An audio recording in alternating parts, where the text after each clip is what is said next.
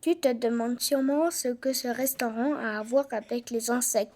Autour de cette table se rencontrent régulièrement les membres du groupe de la protection de la nature, Fauna Berna. Ils discutent ensemble de la manière d'offrir un bel habitat à différents animaux. Un habitat est un endroit où un animal se sent bien. Ils sèment des prés fleuris pour que les insectes y trouvent de la nourriture. Laissent le bois mort au sol pour que les crapauds puissent s'y réfugier. Plantent des arbustes.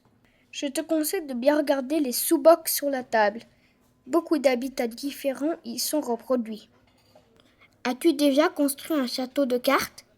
Je peux te dire que ce n'est pas facile. J'en fais parfois, quand je m'ennuie à la fin du repas. Les adultes ont toujours tant de choses à se raconter. Mais tu connais ça sûrement aussi. Quand ton château de cartes est fini, tire une carte. Que se passe-t-il ? Exactement. Le château s'effondre.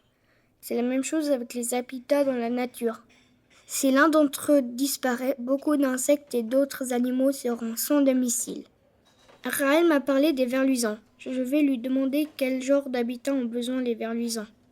Dis-moi Raël, qu'est-ce que c'est exactement les vers luisants ? Ce sont des vers ou des insectes ?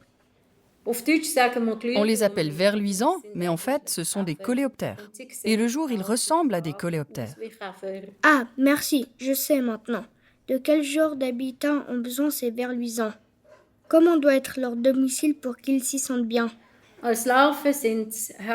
Les larves vivent surtout à proximité du sol, dans le bois mort, sous les feuilles, dans la strate arbustive. Là où il y a des escargots, parce qu'elles s'en nourrissent. Les adultes ne sont pas aussi difficiles concernant leur habitat. Ils ne vivent que 2 à 3 semaines. Si tu n'as encore jamais vu de vers luisants, regarde le film dans la grande pièce. Avec un peu de patience, tu pourras voir ce petit insecte fascinant à la recherche d'une partenaire.